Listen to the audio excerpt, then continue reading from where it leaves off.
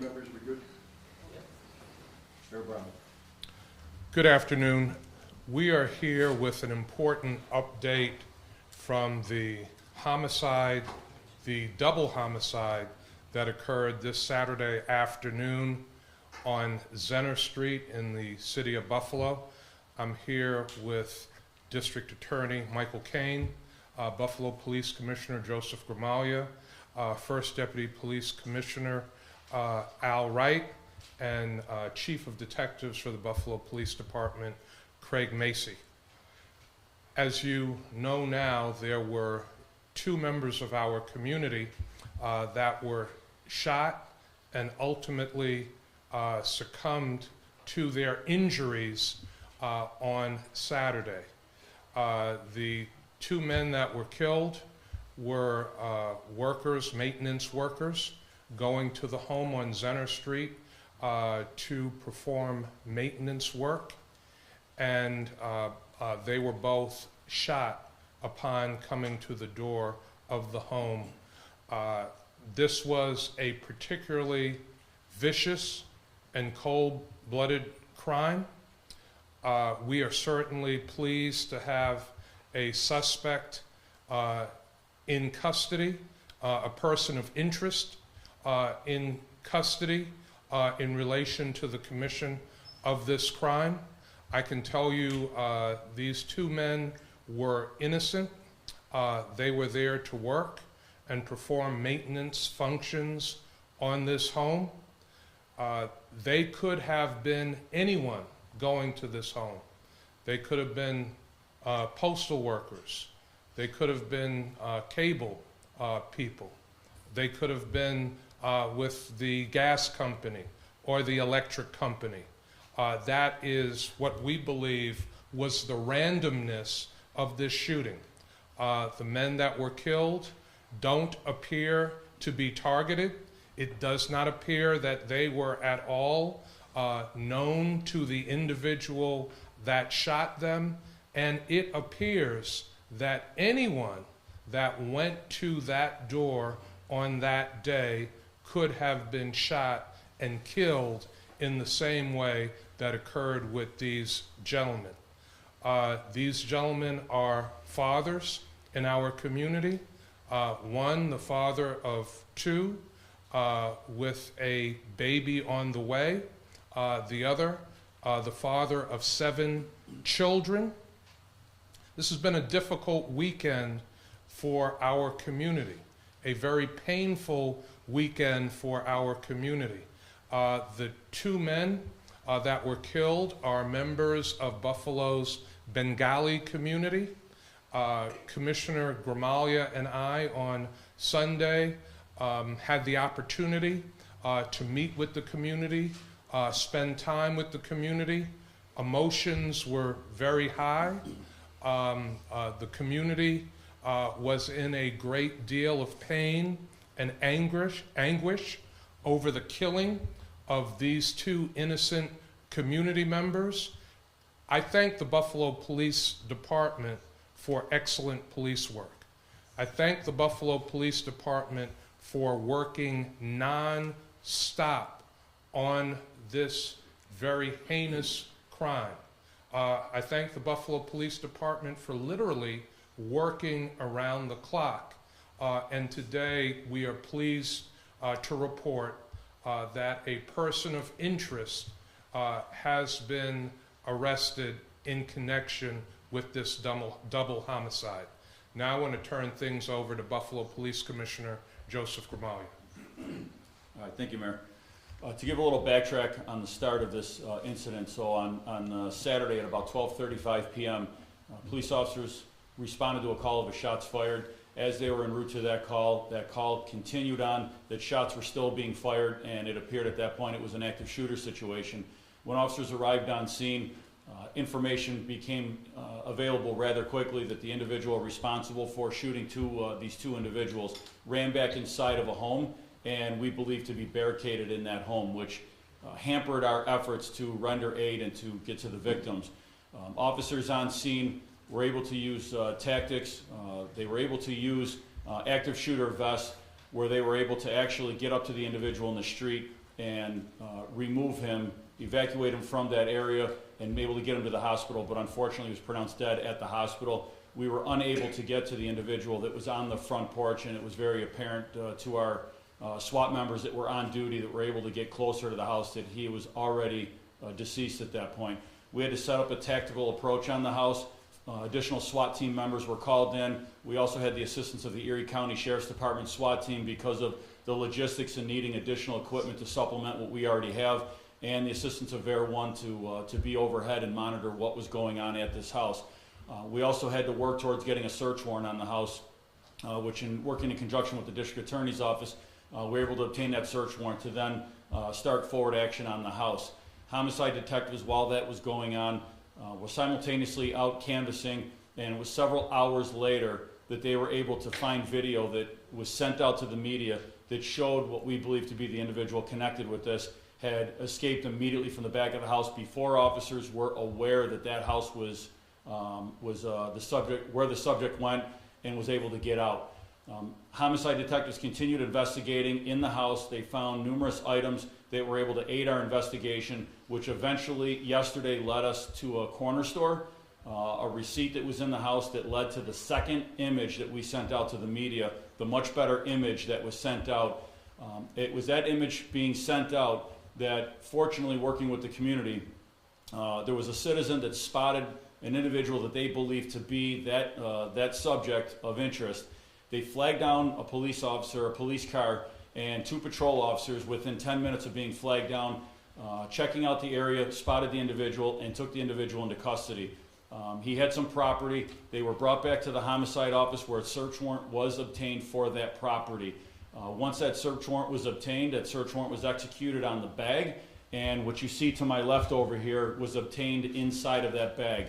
It is a 9mm long rifle that collapses in half, making it very easily concealable in a bag, as was found as the subject of that search warrant. At that point, he was charged with criminal possession of a weapon, which the DA will get into. Going back to Saturday, the SWAT teams, because this individual is homeless, we know that now is homeless, and we believe that he was squatting inside of that house. He had absolutely no right to be in that home. Our SWAT teams began clearing other vacant homes in the area. On Sunday morning, we did a more formalized process, if you will, working with the Mayor's Impact Team. We called the Mayor's Impact Team in to work with our SWAT team. We checked probably 15 to 20 vacant homes and boarded them up immediately after they were cleared in our efforts to still continue to search for this homeless individual.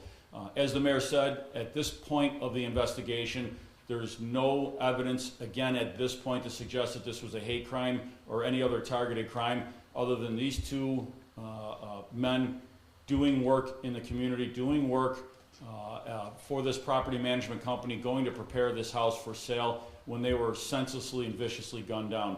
I commend the work of our Buffalo Police Department. I commend the work of our homicide squad. I commend the work of our intelligence unit, everybody that worked on this to follow these leads quickly.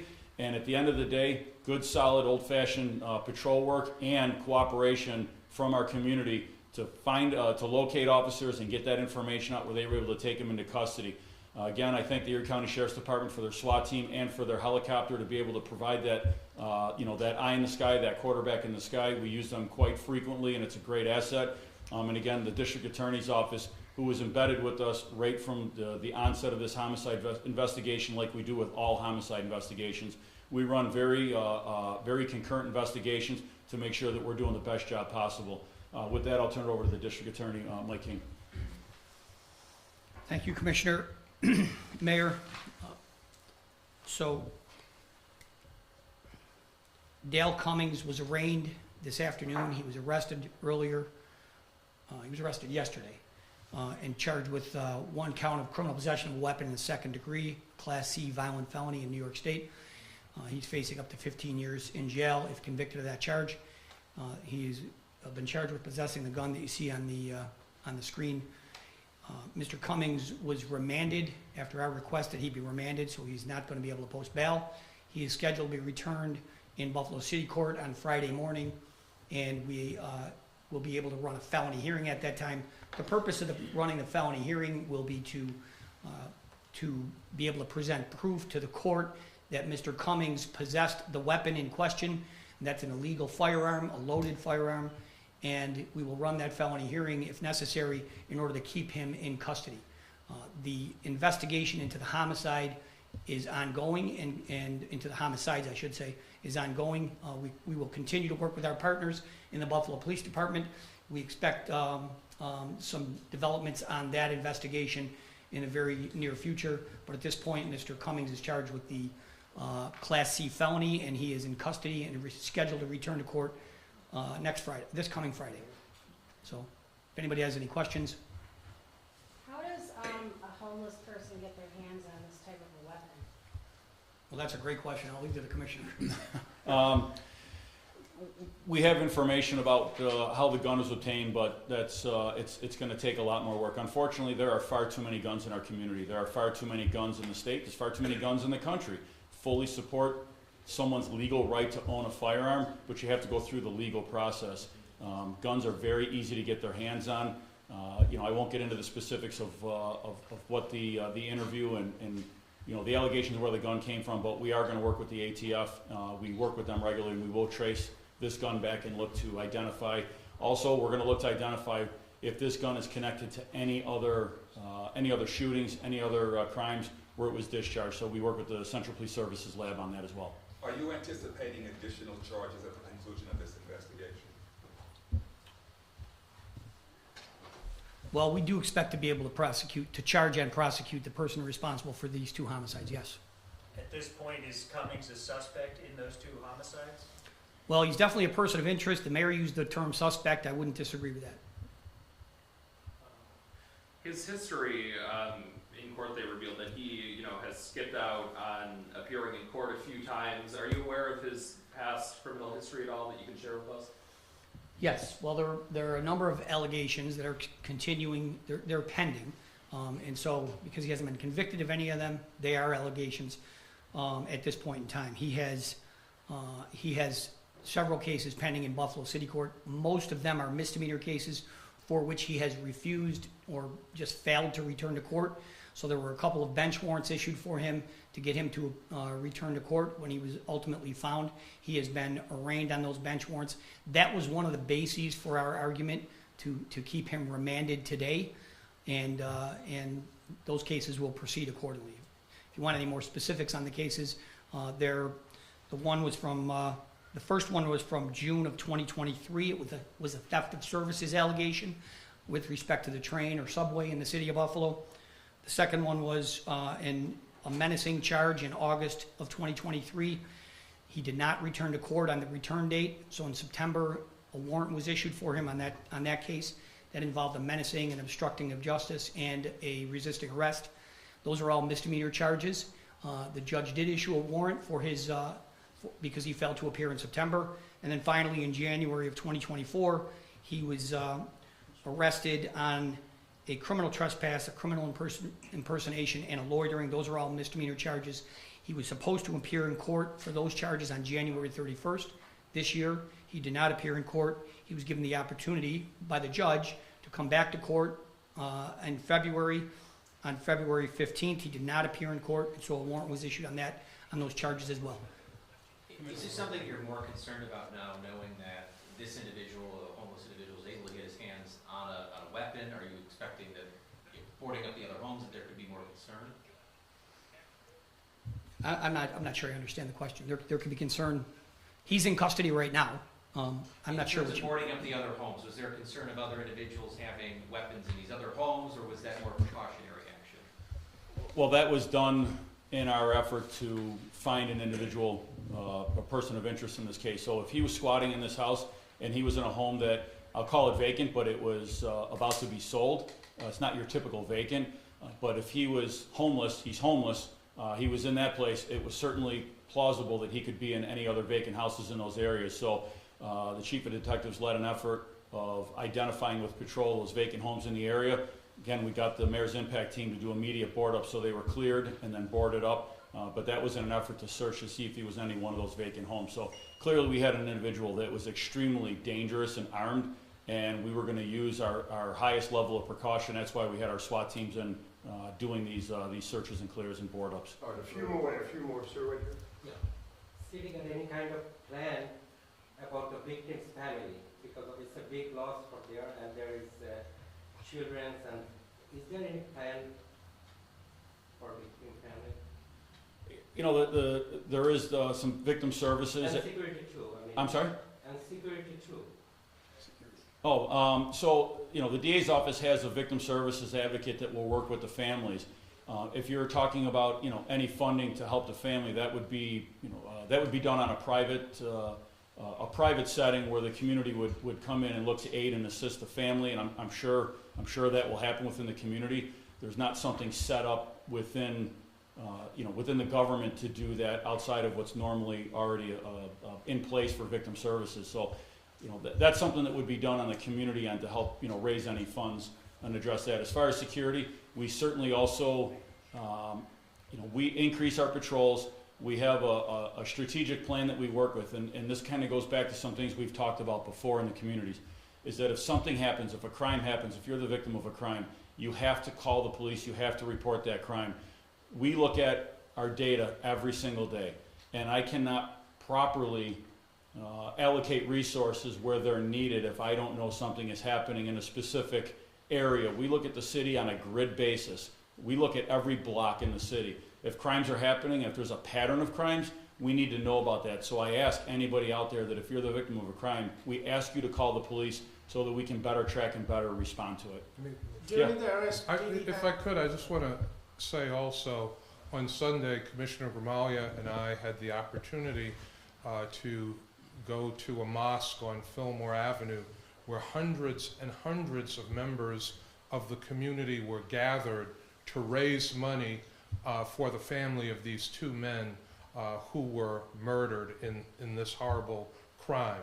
So I applaud the community for gathering together so quickly, for coming together to raise money for these families. so far they raised almost $15,000 from GoFundMe page. So during the arrest, he was on the foot or he was driving the vehicle, the suspect? When he was taken into custody, he was on foot. He was walking, it was at the intersection of East Delavan and, was it Norfolk? I'm sorry? No, so, Right? We saw a vehicle. no, over Norfolk. It was East Delavan and Norfolk, right? there. Norfolk. Yeah, East Delavan and Norfolk, sorry. So we saw a Chevy over there, so that he was driving. We heard that was stolen also. I'm not familiar with that information. When he was taken into custody, he was stopped by patrol officers. He was on foot. He was not in a vehicle. Okay.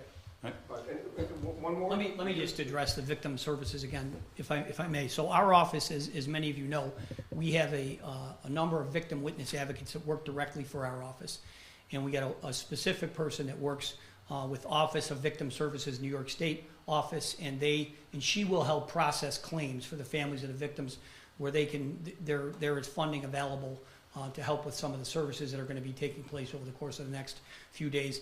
And she will also help them walk through what is going to take place with the investigation and the prosecution of the individual responsible for these crimes. So the families should reach out to our office if we haven't yet been in touch with them. I will make sure that's done today.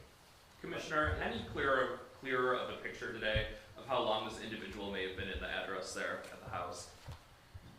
I don't know how long he's been in there. We do know that the property management company was in that house in the days before that. They, found some signs that somebody was in there, but nobody was in there at the time. So we don't know if that was him in there on prior occasions, if he just went in there. I just don't have that information right now. We'll, work to determine that again. There's a lot of work that's still being done in this investigation. There's a lot of catch-up work, and then obviously work going forward. So we'll work to see if we can identify that, put a clear picture of that. Two to go, Rob and then Ray. Can you just clarify for us again the difference between person of interest and suspect? You used both suspect in the homicide case, he's been charged in the other. Why the specifics there? That's my misspeaking. Yeah. Go ahead, Commissioner. So right now, he's under arrest for criminal possession of a weapon, for illegally possessing this firearm. We are still investigating the double homicide, working in a direction to solve that case. Right now, we're announcing an arrest of a person for criminal possession of a weapon. We'll stick with person of interest, so we're still working on that. Commissioner, when it comes to the homeless person obviously being a squatter, is there an overall issue when it comes to squatters within the city of Buffalo? And now does this sort of incident elevate the concerns a little bit more about people that find themselves squatting in these vacant homes? You know, I think we certainly understand that there's going to be homeless people that are getting their way into homes. This is the first time that a level of violence like this has occurred. We know that sometimes people, the mayor's impact team has a police officer assigned to it when they go to board up houses based on 311 complaints and other avenues. That's why they have a police officer that's permanently assigned to the mayor's impact team to go and clear the house. We've never had a level of violence. We've never had anything like this that I am aware of. I think this case is truly, I'll call it an anomaly, that something like this happened. You don't hear of things like this. What led the person to come out armed with a weapon like this, a homeless person, I can't answer that right now. So, but that's why we took the posture we did with SWAT teams, clearing those houses and getting them boarded up. We encourage people again to call 311 when they find houses that are boarded up. The mayor's impact team will address them. As I said, we have a police officer that's assigned, and they assist them anytime they call, even above and beyond what's the officer that's assigned there. And if I may, just on the subject of vacant houses and the mayor's impact team, separate from what Buffalo Police did in looking for this suspect, the mayor's impact team routinely boards up vacant houses. We have found that sometimes vacant houses have been set on fire in the city of Buffalo, so leaving them open is a danger. We have found weapons in vacant houses. We have seen dog fighting in vacant houses. So when there are vacant houses in the community, and like the commissioner said, when residents call 311, we routinely have members of the mayor's impact team boarding up vacant houses to prevent people from gaining access to them. Thank you.